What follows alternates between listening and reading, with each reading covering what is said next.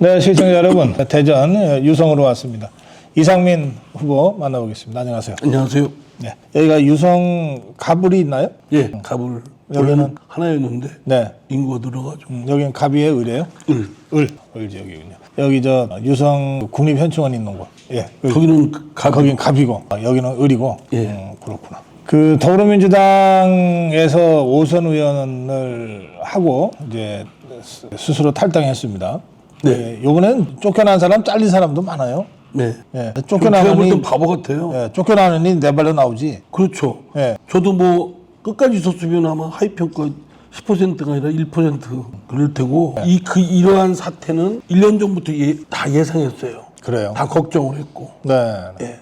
그래서 그러면 그 민주당 내에서 치열하게 이재명하고 맞서 싸워서 이재명을 내쫓던지 도저히 뭐 그 역부족이다. 그 개딸들이 워낙 많으니까 네. 점령당했으니까 그러면은 따로 나와서 진정한 민주당을 재견하는데 네. 집중하자. 네네. 다들 뭐 하루 이틀 뭐 보자, 뭐 미루자, 뭐 이렇게 미뤄왔던 게 작년 그 12월까지 미뤄왔던 거예요. 그게 이제 1년 가까이. 예. 그 뭐 도저히 만약에 좀 있으면 이제 공천 때문에 아주 구질구질한 모습을 보일 거 아니겠습니까? 네네. 그러니까 그러면 나가야 되겠다. 다들 풀이처럼 누워버렸어요. 바람도 안 불고. 아이고. 그러니까 자기는 이번에도 보면요. 네. 다들 문제 뭐 소위 비명이라고 그래서 비명행사라고 해서 한두 명이 아니지만 그 사람들이 네. 자기가 공천의 불이익을 받으니까 그때서야 문제 제기를 한 거예요.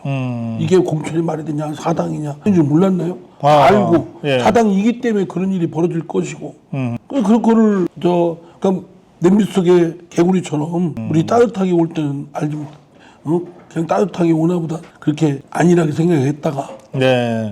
그러니까 이제 뒤집게 생겼으니까 그렇지. 설마 이를테면 설마 서른이를 자르겠어? 그렇죠. 설마 홍영표를 학살을 해? 그렇죠. 전해철을 자르겠어? 전해철을 자르겠으면 다들 이렇게 생각하는 거 같아. 완전히 친문 핵심들인데 서른 되면 또 곧 뭐 김대중 마지막 그거. 그러니까 자기는 대충 이재명하고 이렇게 그냥 타협보면 나는 건들지 못하겠지 뭐 이렇게 생각한 겁니다. 그러니까.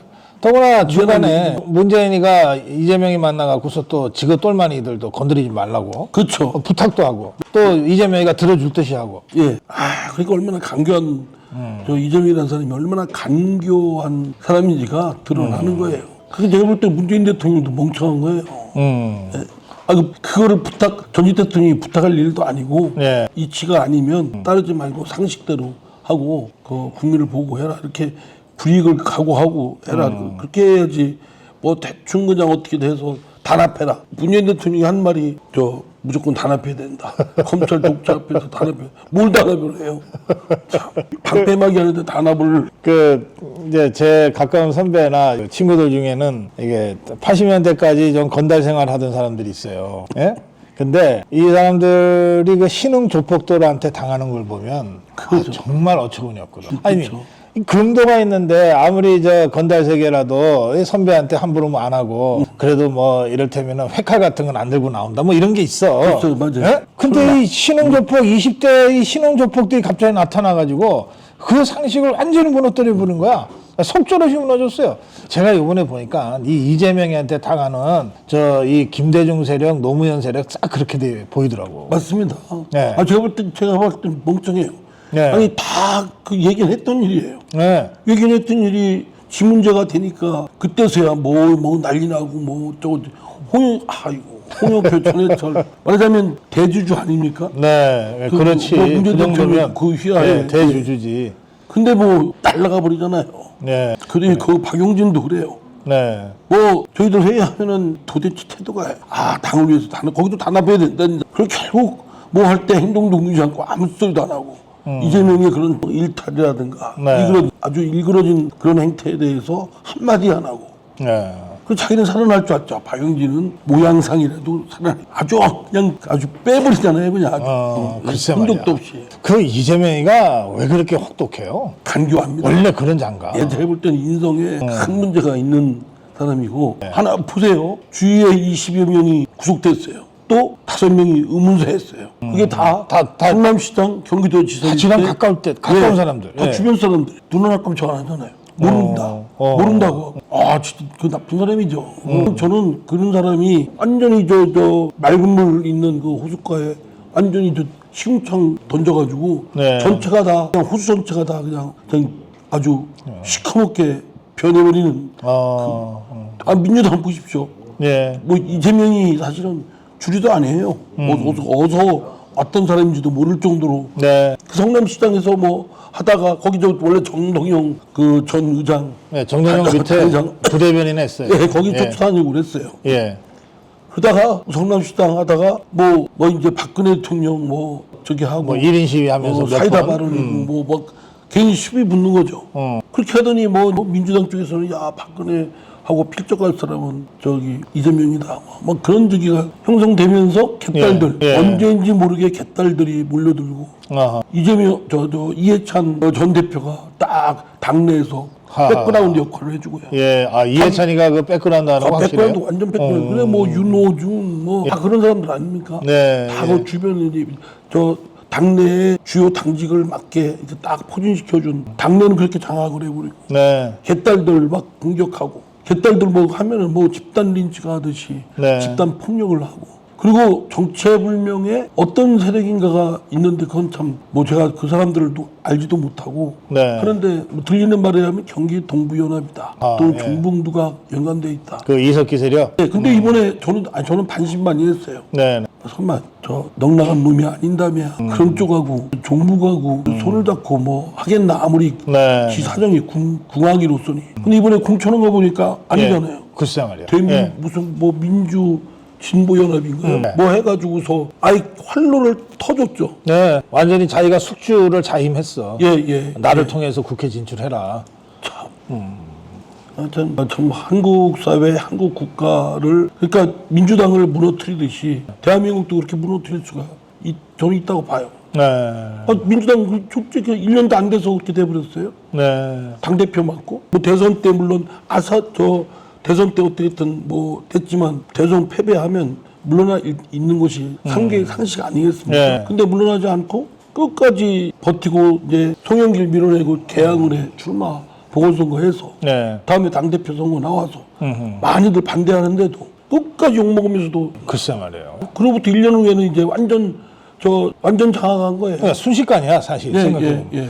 그러고 보면 이게 이재명이가 사실은 경기도지사에서 아웃될 운명이었거든요. 그렇죠. 그걸 이제 권순일이라는 자가 이걸 무죄로 만들어 놓은 거 아니에요. 어제 뭐 권순일이 압수수색이 들어갔다 그러던데. 예, 그때부터 이게 시작된 거 아니에요. 근데 이 권순일이 있잖아요. 이 대법원의 대법관이 완전히 이 재판관들 다들 유죄라 그러는데 이거 혼자서 부닥부닥 고집 부리면은 무죄로 만들 수는 있는 거예요. 아, 그것도 신기해. 그렇죠. 나머지 사람들이 그럼 안 된다. 네. 라고 하면 끝까지 안 된다 그러면 한 명이 얘기해봤자 안 되는데 그 중에 이제 선임이 얘기하고 뭐 굳이 이렇게 척질 이유가 못나 눈치 보는 사람들도 있거든요. 예. 그러면 그냥 가는 겁니다. 우리가 어느 조직이고 다수가 처음서부터 딱 결집해서 가는 거가 아니고 소수 강경이 끌고 가잖아요. 네. 아버지는 그거하고 따라가다가 그냥 망쳐버리고. 예.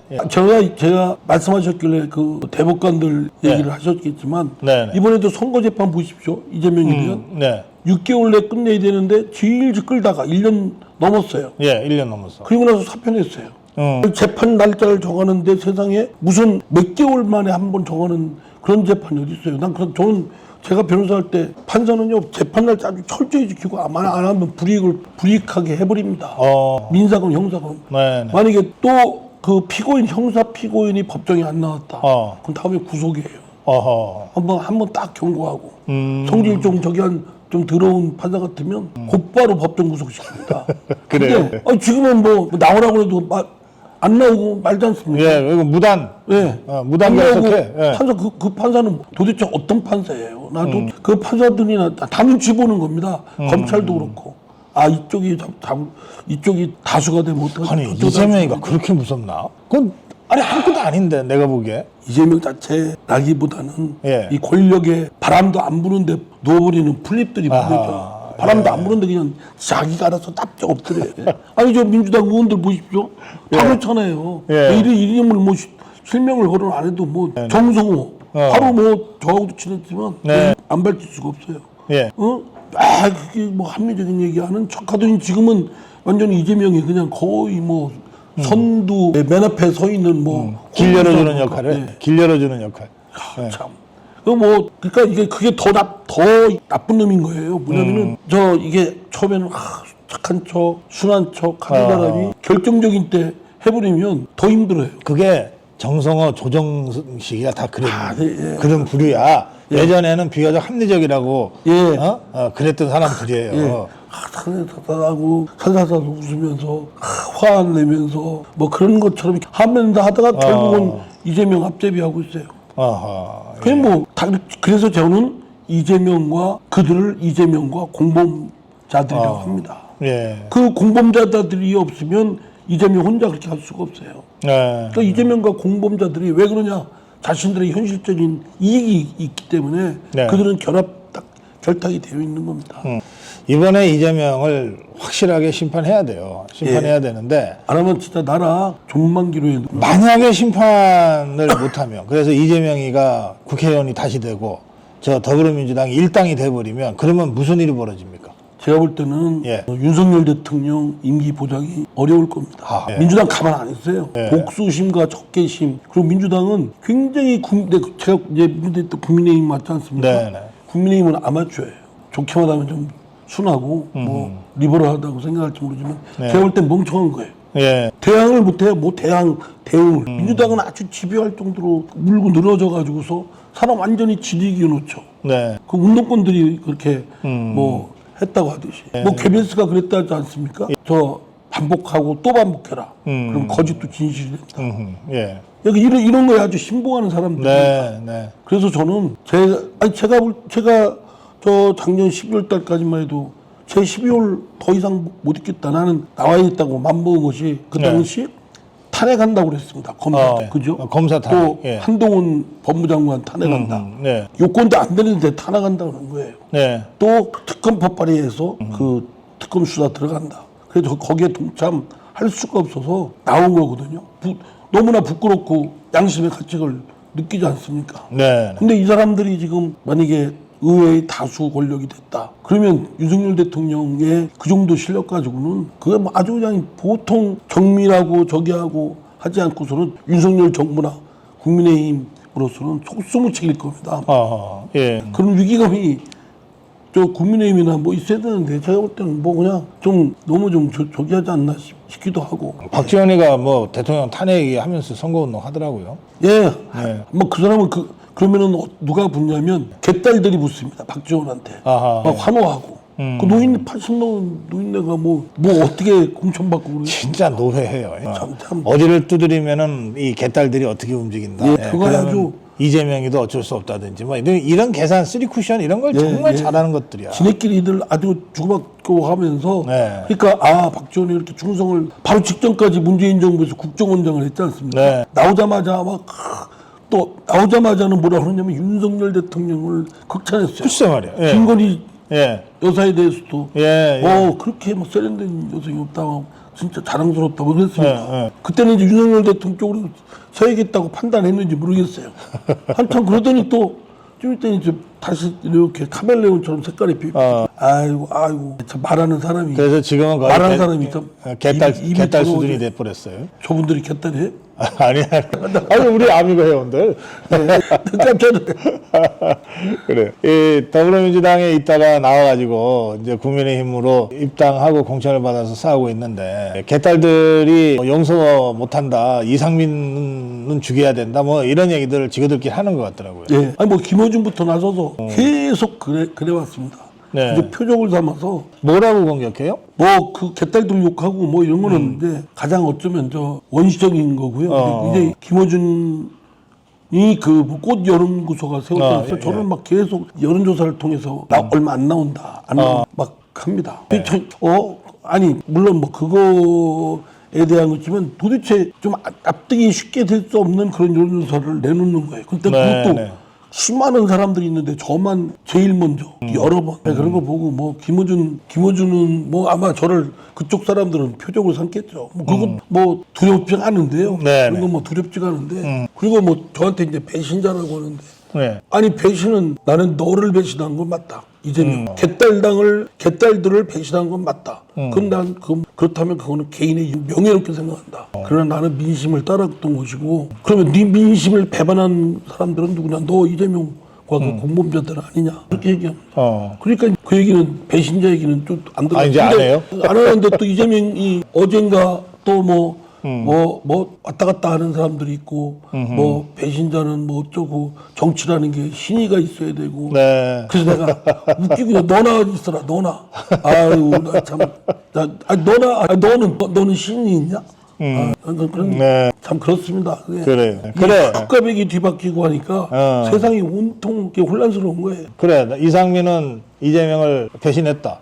그 이재명 너는 국민을 배신하지 않았냐? 예. 이 말씀이죠. 예. 예. 나는 국민과의 신뢰를 지키기 위해서 이재명 배신하라고 그랬어요. 이재명을 어떻게 따라가요? 방패막기. 아니 20명 내가 본인한 저기도 있지만 20명 넘게 그리고 구속되고 그다음에 5명 의문사했고 나부터 당신을 의심한다. 아주 강하게.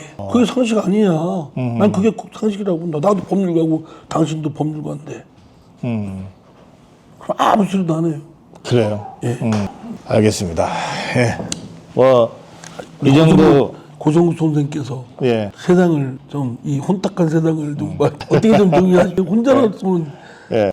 예, 이 정도 공격이 하다 각오하고 결행한 정의의 길입니다. 근데 이제 말씀을 들으면서 저도 좀 반성이 돼요. 이렇게 해서 온갖 갓난 고난을 무릅쓰고 이제 정의의 길로 나섰는데 저쪽은 집요하게 공격할 거 아니에요, 저쪽은. 이상민만은 용서할 수 없다 이러고 할 텐데 막상 우리 쪽은 이상민이 누겨 하는 분위기가 아직도 있어요. 예. 나 이거 그렇습니다. 또는 뭐 어떤 사람은 또 저 소위 보수계 대표적인 신문이라는 내 컬럼에 보면 예. 귀순용사로 표현했더라고요. 이런 참. 그렇게 얘기를 하면은 내가 뭐 부귀영화 누리려고 한 것도 아니고 와. 아니 기순용사라고 하면 정착금이라도 주면서 그러든지. 예, 그래요. 예, 자유파 국민 여러분 좀 나서 주십시오. 저 종북 주사파들은 이번 선거에서 이상민만은 용서할 수 없다고 집중 공격 포화를 쏟아붓고 있는데 자유파 진영에서는 이상민이 외롭게 투쟁하고 있다는 사실도 잘 모르고 있는 것 같아요. 그래서 저희들이 고성국십이라도 여기 전쟁이 바로 이곳에서 벌어지고 있다. 종북 주사파들과 목숨 건 투쟁을 지금 하고 있다. 이상민이 이재명과 싸우고 있다. 이 소식을 여러분께 계속 전해드리겠습니다. 여러분들 함께 하시는 방법은 간단합니다. 후원금 아직 안 찼죠? 후원. 예. 아직 안 찼죠? 후원금 계좌 저희가 올려드릴게요. 후원금 넣어주시고요. 그리고 지인 찾기. 유성을이라 그랬어요. 동네가 어느 동네죠? 쭉 말씀드려요? 예. 쭉 노은 말씀. 2동, 노은 3동, 네, 노은 2동, 3동.